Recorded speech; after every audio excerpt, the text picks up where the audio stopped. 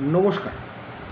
অনেকেই প্রশ্ন করেন যে উচ্ছেদের মামলায়, প্রেমিসেস টেনেন্সি অ্যাক্টের মামলায় কোন গ্রাউন্ডটা তাড়াতাড়ি প্রমাণ করা যায় এবং সহজে প্রমাণ করা যায় এবং তাড়াতাড়ি উচ্ছেদ পাওয়া যায়। দেখুন, এক্ষেত্রে একটাই গ্রাউন্ড যেটা আমি প্রেফার করি সবথেকে বেশি, সেটা হচ্ছে রিজনেবল রিকোয়ারমেন্ট।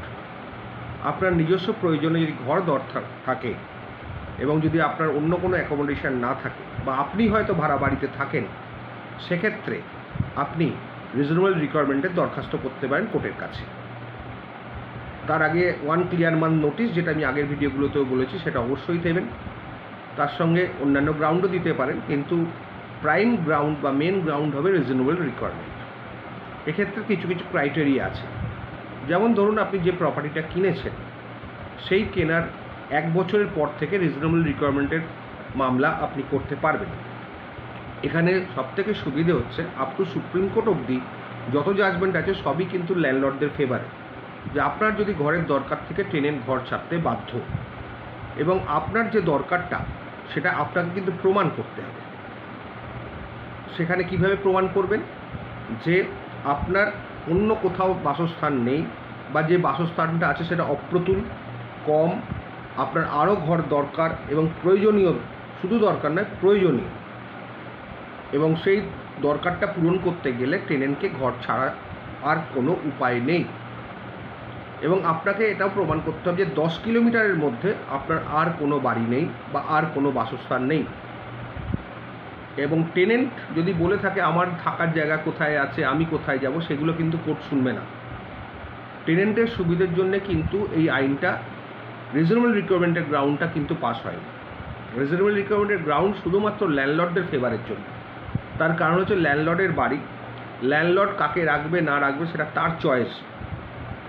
এবং অনেক সময় টেনেন্ট বলতে পারেন যে আমার এগেনস্টে কেন মামলা হয়েছে, অন্যদের এগেনস্টে কেন হয়নি, তাদের ঘরও তো দরকার ছিল, তারা না করে আমার ঘরটা কেন করল। সেখানেও সুপ্রিম কোর্ট বলে দিচ্ছেন যে ল্যান্ডলর্ড চয়েস, বা কোনো কোর্ট ঠিক করে দেবে না ল্যান্ডলর্ডের কোন ঘর দরকার কোন ঘর দরকার না, কারণ বাড়িটা ল্যান্ডলর্ডের। অনেকে ভেবে থাকেন যে আমি দীর্ঘ বছরের টেনেন্ট, 25 বছর, 30 বছর, 40 বছর, 50 বছর, তারা অনেকেই মনে করেন যে আমি বাড়ির মালিক হয়ে গেলাম, আমাকে ওঠানো যাবে না। এটা কিন্তু সম্পূর্ণ ভুল কথা। আজকাল উচ্ছেদের মামলা কিন্তু সে আগের মতো আর সিস্টেম নেই।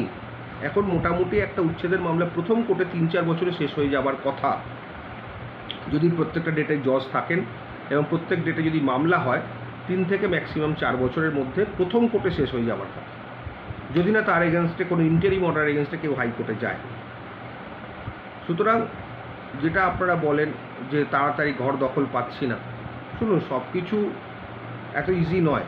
তার জন্যে ধৈর্য রাখতে হবে, সময় দিতে হবে। হ্যাঁ, কোর্টে আপনার প্রত্যেক ডেটে আসার দরকার নেই, শুধু সাক্ষী সাবুদের ক্ষেত্রে, সিভিল মামলায় শুধু সাক্ষী সাবুদের ক্ষেত্রে কোর্টে এলেই চলবে।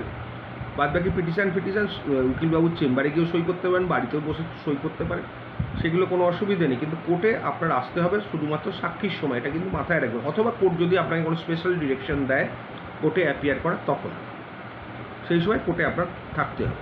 আর রিজনেবল রিকোয়ারমেন্টের প্রমাণ করতে গেলে আপনাকে যেটা অবশ্যই করতে হবে, মাথায় রাখবেন, কমিশন অ্যাপ্লিকেশন করতে হবে। কোর্ট থেকে কমিশনার গিয়ে দেখে আসবে, ঘরের মাপ নেবে, আপনার ঘর এবং ডিফেন্ডেন্টের ঘর মাপ নেবে। যদি আপনার অন্য কোনো বাড়ি থেকে থাকে সেটাও কমিশনের কাছে কোর্টের কাছে ডিসক্লোজ করবেন, কোনো কিছু চেপে সাপ্রেস করবেন না। কমিশনার সেটাও দেখে আসবে সেখানে তার অপ্রতুল কিনা, বা আপনি কোথাকার টেনেন্ট সেটাও যদি আপনি প্রমাণ করতে পারেন আমি যেখানে থাকি সেখানে আমি টেনেন্ট হিসেবে থাকি, অথচ আমার নিজের বাড়ি আছে। এইগুলো যদি প্রমাণ করতে পারেন তাহলে কিন্তু মামলায় আপনি জিতবেন। নিশ্চিন্তে থাকুন। এবং এটা আমি বলতেই পারি, কারণ যেসব জাজমেন্টগুলো আছে সেগুলো সবই কিন্তু ল্যান্ডলর্ডদের ফেভারে, রিজনেবল রিকোয়ারমেন্ট। তবে একটা জাজমেন্ট, সব জাজমেন্টেই একটা কথাই বলছে যে আপনাকে প্রুভ করতে হবে, শুধু মুখের কথায় দেখালে হবে না, আপনাকে কিন্তু আপনার গ্রাউন্ডটা প্রুভ করতে হবে। ঠিক আছে, আশা করি বোঝাতে পারলাম। আজকে এই পর্যন্ত, ভালো থাকবেন।